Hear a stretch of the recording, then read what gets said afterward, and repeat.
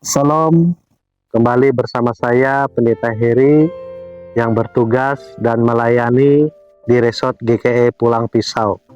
Hari ini Senin tanggal 22 April tahun 2024, kita akan mendengarkan firman Tuhan yang terdapat di dalam Alkitab Perjanjian Lama, 1 Samuel pasal 16 ayat yang ke-14 sampai yang ke-23 di bawah judul perikop Daud di istana Saul.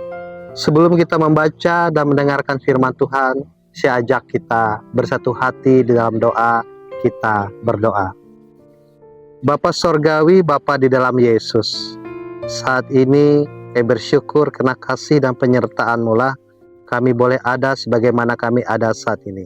Dan pada saat ini kami akan membaca kebenaran firman-Mu dan mendengarkan kuasa firman-Mu. Diberkatilah kami, pakai hamba-Mu, di dalam nama Tuhan Yesus kami berdoa. Amin. 1 Samuel pasal yang ke-16 ayat 14 sampai 23, Daud di istana Saul. Tetapi roh Tuhan telah mundur daripada Saul, dan sekarang ia diganggu oleh roh jahat yang daripada Tuhan. Lalu berkatalah hamba-hamba Saul kepadanya, ketahuilah roh jahat yang daripada Allah mengganggu engkau. Baiklah tuanku, menitahkan hamba-hambamu yang di depanmu ini mencari seorang yang pandai main kecapi. Apabila roh jahat yang daripada Allah itu hinggap padamu, haruslah ia main kecapi, maka engkau merasa nyaman. Berkatalah Saul kepada hamba-hambanya itu, carilah bagiku seorang yang dapat main kecapi dengan baik, dan bawalah dia kepadaku. Lalu jawab salah seorang hamba itu, katanya, sesungguhnya aku telah melihat salah seorang anak laki-laki Isai dari Bethlehem itu yang pandai main kecapi. Ia seorang pahlawan yang gagah perkasa, seorang prajurit yang pandai bicara, elok perawakannya, dan Tuhan menyertai dia. Kemudian Saul mengirim suruhan kepada Isai dengan pesan, suruhlah kepadaku anakmu Daud yang ada pada kambing domba itu. Lalu Isai mengambil seekor keledai yang dimuati roti, sekirbat anggur, dan seekor anak kambing. Maka dikirimkannya lah itu kepada Saul dengan perantaraan Daud anaknya. Demikianlah Daud sampai kepada Saul dan menjadi pelayannya, lalu sangat mengasihinya, dan ia menjadi pembawa senjatanya. Sebab itu Saul menyuruh orang kepada Isai mengatakan, biarkanlah Daud itu tetap menjadi pelayanku, sebab aku suka padanya. Dan setiap kali apabila roh yang daripada Allah itu hinggap pada Saul, maka Daud mengambil kecapi dan memainkannya. Saul merasa lega dan nyaman, dan roh yang jahat itu undur daripadanya. Amin. Saudaraku yang diberkati oleh Tuhan, adapun saat ini saya akan bawa tema bagi kita adalah, adakah damai di hatimu? Berbicara mengenai kedamaian, kita semua pasti menginginkan damai. Karena dengan kedamaian, dengan damai kita bisa melakukan aktivitas kita, menjalankan pekerjaan kita, bekerja, berkarya, dan melayani. Oleh karena itu damai itu diperlukan dalam kehidupan kita. Ketika hati dipenuhi berbagai hal negatif seperti kepahitan, amarah, sakit hati, hati kita akan menjadi gusar dan tidak ada damai. Hidup menjadi terganggu dan tidak ada sukacita di dalam diri kita. Saudaraku yang diberkati oleh Tuhan, Saul telah ditolak Allah sebagai Raja Israel, dan sekarang roh Allah telah meninggalkannya, dan ia pun menjadi terganggu oleh roh jahat. Ini dapat dilihat pada ayat yang ke-14. tidak ada lagi kedamaian di dalam hatinya, dan ia membutuhkan pertolongan untuk menenteramkan hatinya yang terganggu.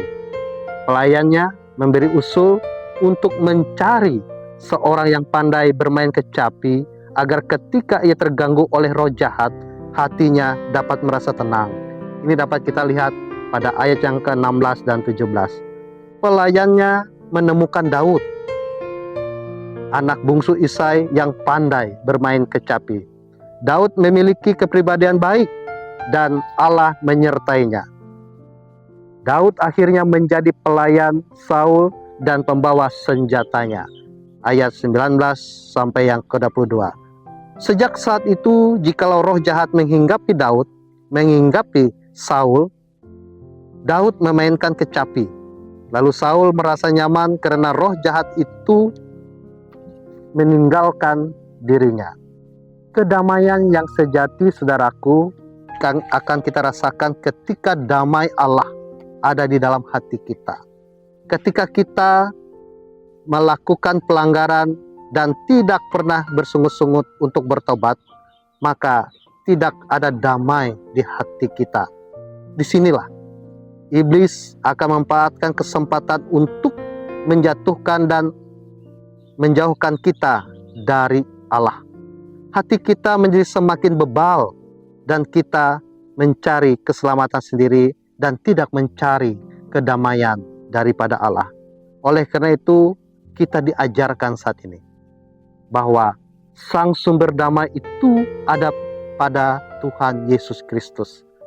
Jikalau kita mencari Dia, maka kita akan dikuatkan. Dikala kita menghampiri Dia, Dia akan mendekati kita. Oleh karena itu, kedamaian berpusat dalam hati kita. Hati yang damai akan merasakan sukacita, maka kita akan bisa melawan segala keinginan-keinginan daging. Oleh karena itu, carilah kedamaian di dalam hidup kita. Dan saat ini, saudaraku, apakah ada damai di dalam hati kita jika kita melakukan dosa? Jawabannya tidak. Tuhan itu baik dan Ia akan mengampuni segala dosa kita jika kita mengakuinya dan mencari Dia dalam hidup kita. Setelah kita bertobat dari kesalahan dan berdosa yang kita lakukan, maka kita pun akan merasakan damai sejahtera di dalam hati kita, dan disitulah roh Allah bekerja dalam diri kita. Tuhan memberkati kita dan firman-Nya. Amin. Mari sama-sama kita berdoa. Tuhan Yesus, terima kasih atas firman-Mu saat ini. Biarlah firman-Mu yang baru saja kami dengar boleh menguatkan hidup kami sehingga damai itu ada dalam kehidupan kami.